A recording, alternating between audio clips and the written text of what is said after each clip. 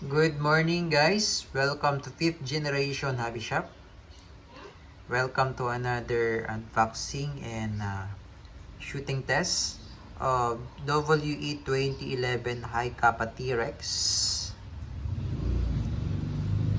Semi and Full Automatic Airsoft Gas Blowback Pistol. Shoutout po natin si Sir Richard ng Nueva Ecija. Okay, again, this is the WE 2011 High Kappa Airsoft Pistol. So, ito po ay with full automatic. So, this is semi and full automatic. Ayan. 5.1 T-Rex.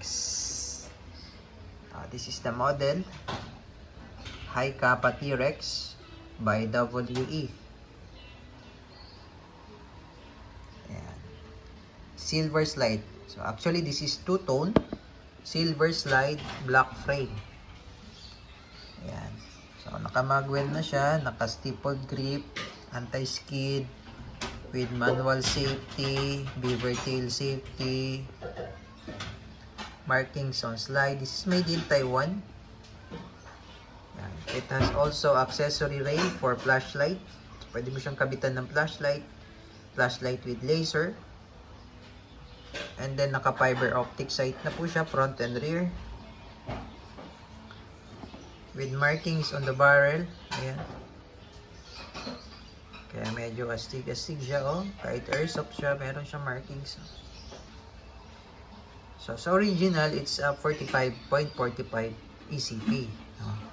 Original. So disclaimer, this is just an airsoft pistol, gas blowback airsoft pistol.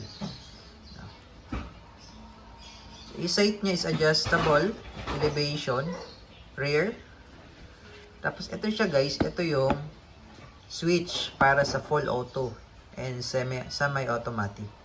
Ayan. Katulad niyan, nakaangat yung switch, that's semi-automatic, and then pag ibababa mo yung switch, that's full automatic. Okay, yan yung selector mode, fire mode. Ayan. Sa kabila naman po, ito naman po yung manual safety. Ayan. So, release lang natin yung magazine. So, the magazine is 30 rounder capacity po. So, kailangan po ibaba mo yung hammer bago mo siya ma-activate. Ayan. Safe. That's safe. So, check natin. Ayan. So, working. So, hindi siya ambidextrous dahil po may full auto siya. So, itong sa side na to ay ito po yung par mode selector. Kasi yung isang version nito, yung semi-automatic lang po. Ambidextrous na po yung manual safety. So, ibig sabihin, kabilaan po yun. Sumasabay po yan. So, hindi po kasi. May full auto siya. So, kabilang side niya yung selector switch. Ayan. So, safety off. So yan, pwede na siyang pumutok, pero pag ito hindi nakadiin, hindi po dinidiinan yung beaver tail, hindi rin siya pumutok. So pag ginawakan nyo siya, yung grip pag ginawakan nyo, automatic yan, lulubog. Ayan, oh. Kailangan ipupush mo siya. Ayan. Ayan.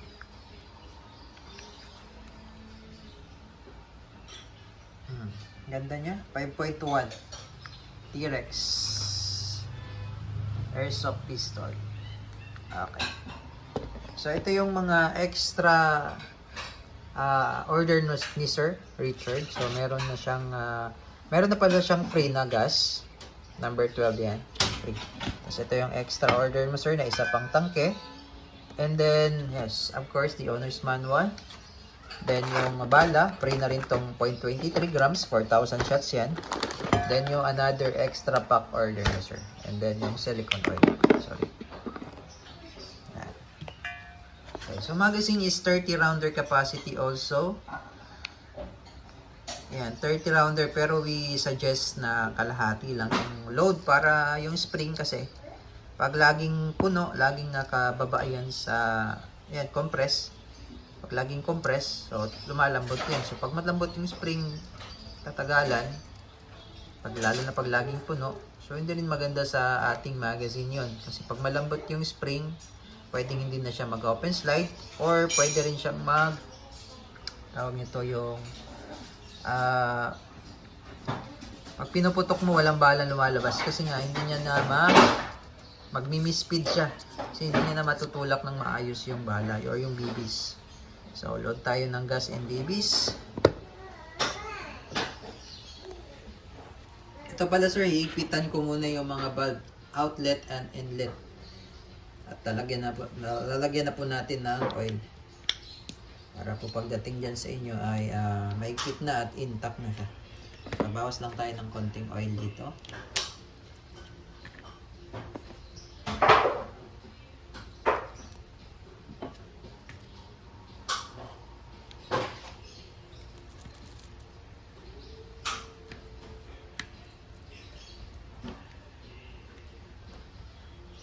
Ayan.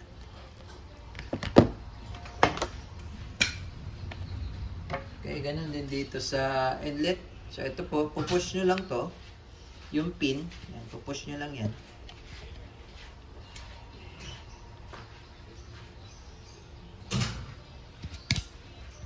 Para ma-remove nyo po yung mag base.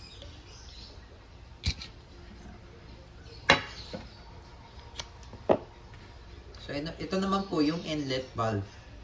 Okay, naiipitan din po natin yan. Luluwagan ko lang muna para lagyan natin ng oil, silicone oil, para mag-absorb yung oil.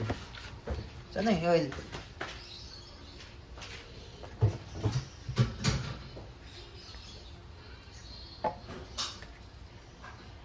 Tapos ikot-ikotin lang. Kasi ito po kasi kailangan lubricated po ito dahil may mga o-ring din po ito.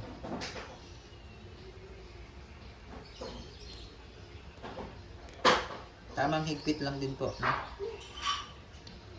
Kasi pagka sobrang higpit naman po, pwedeng maputol po yan. Yan. So, ganun lang po. Then, lagyan natin siya ng gas. Paglalagay ng gas po, kailangan inverted position. Kailangan po yung magazine nasa ilalim. Patiwarik po. Tapos, tutok mo lang tong nozzle dito sa inlet valve. 3 to 5 seconds po. Okay?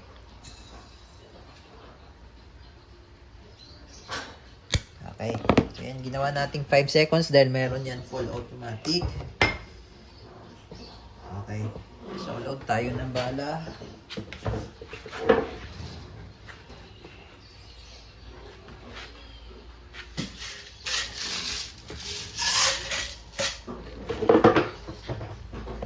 So, testing natin sir yung semi-automatic and then yung full automatic naman.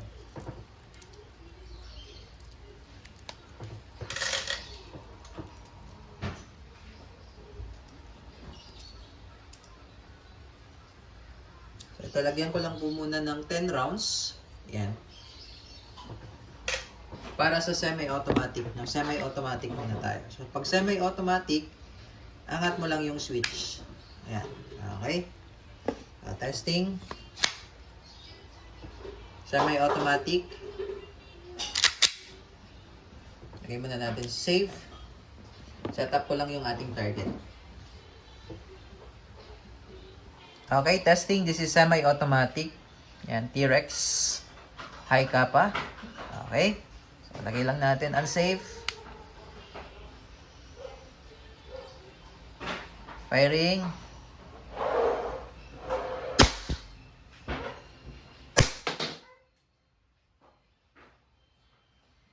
So, ang semi-automatic, isang kalabit, isang bala lang po ang lalabas. No?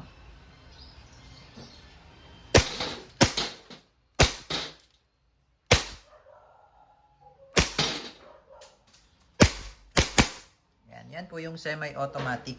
Ngayon, load tayo ulit. Release nyo lang muna yung magazine. Release lang muna natin. By pressing the mag release. Then, load tayo ulit. Para sa full auto naman po.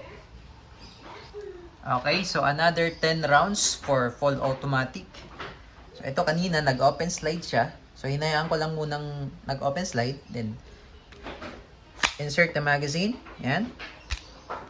And then, ito po, ibababa nyo lang po yan. So, alalay lang muna. Tulak nyo muna bahagya ang slide. Baba ng slide, stop slide release. Then release the slide.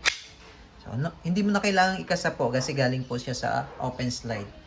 So, ngayon, ibababa natin yung switch para sa full auto. Ayan. Sagad sa dulo. Then fire. So, full automatic po ito. Firing. Okay, so, isang kalabit lang. Hold mo lang yung trigger. Ilalabas niya po lahat ng 10 laman. 10 bala na nilagay natin. So, nag-open slide na siya ulit. Ibig sabihin yan, wala na siyang bala. Ayan. So, petics lang po tayo sa full auto kasi mabilis talaga wear and tear ng internal parts. Okay? Full auto. Okay. So, balik na lang natin sa semi. Angat lang natin yung switch. No? Ito, angat lang. Ayan. Okay. So, all goods na tayo, Sir Richard. Again, this is the 2011 Hi-Capa T-Rex semi and full automatic. Gas blowback air, so pistol by wheel.